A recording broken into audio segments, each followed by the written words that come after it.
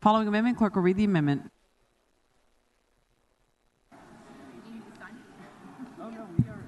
Amendment by Sheets. Chair recognizes Representative Sheets. Thank you, Madam Chair, members. My amendment is quite simple. This discusses the fight that we just had on the motion to reconsider. My amendment is to strike the Simpson amendment, amendment number 2. I would move passage. No. Representative Phillips, for what purpose? Will the gentleman yield? Do you yield, Mr. Sheets? I'll yield. Okay, Mr. Sheets, I just want to talk with you a little bit and ask some questions.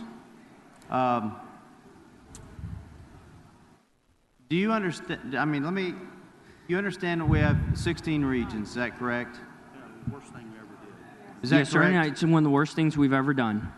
No, and do you understand that Region C, which you're in, has decided that they wanted to build lakes, but they don't want to inconvenience their citizens, and they've decided to go outside of their region to build lakes. Is that correct? It's still in the state of Texas, sir.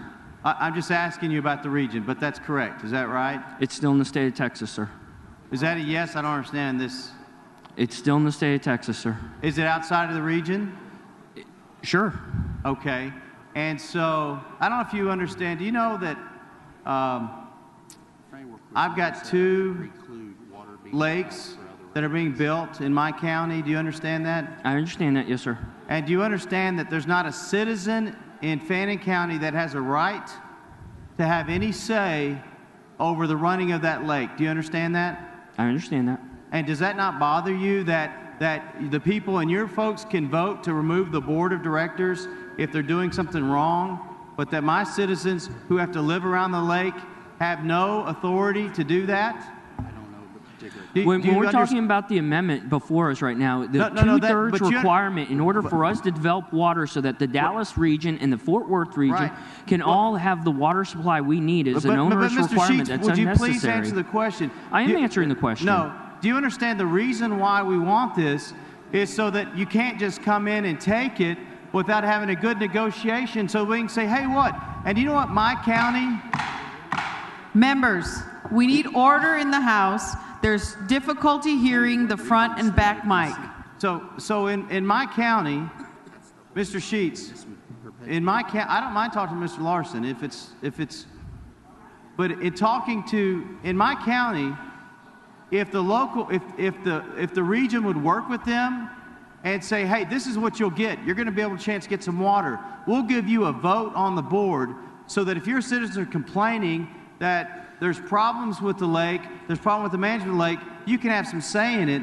That's all we're asking for. We want to be able to have a seat at the table. And right now, because of you standing there and saying, we have all the population, we have all the money, you little counties, 5,000 or less, you just go raise millions of dollars to fight us. Or better yet, why don't you go out there and build it yourself and then we'll buy it. But that's not what you're doing. Well, the reality of what you're talking about with the Simpson Amendment is that we will never be able to develop any water supplies because that is not true. No region is going to let us develop water outside of our region. That is not true because currently Fannin County has approved and Lake Ralph Hall has been permitted as the first lake permitted in 50 years, and the county commissioners approved it. If you work with them, they'll do it. But if you just you said the little guys didn't have a say. Apparently they do because you're saying right now they have a say. No. They don't have a say. Well, that's what you just said. No, they approved it showing good faith, Mr.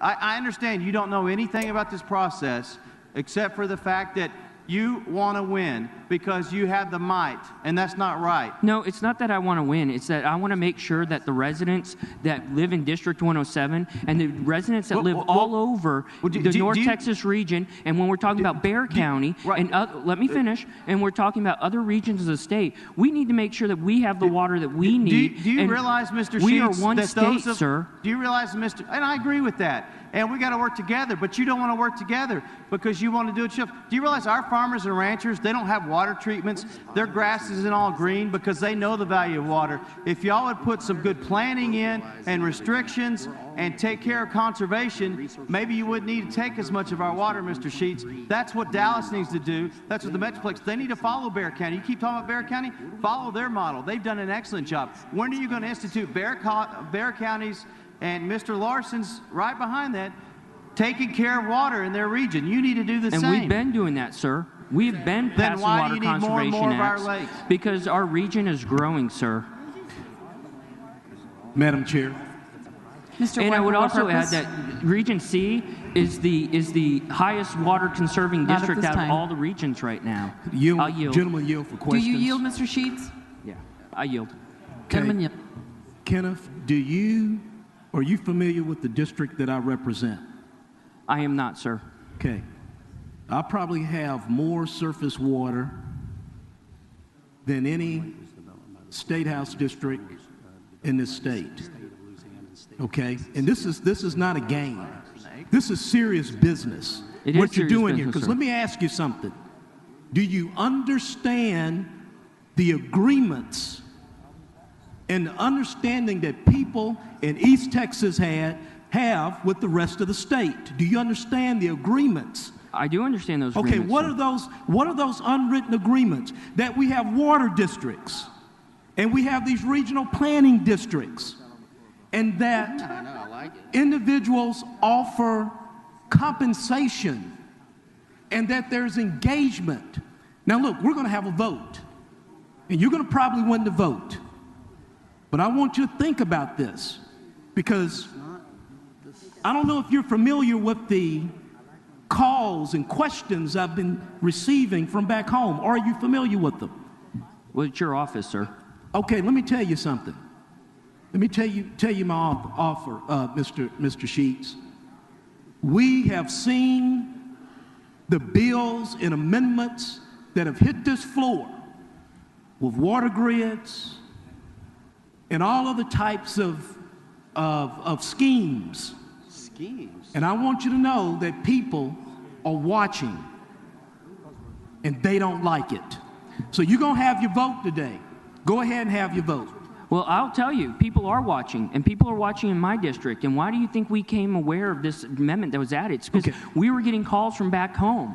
Okay. Our residents are watching this as well. So it's not just... Representative Sheets, I understand that. And I've watched what has occurred in Northeast Texas. So I'm just saying this. Don't you think it is right when you're dealing with people's water and property rights that they have a seat at the table? If you don't want water districts, that's fine.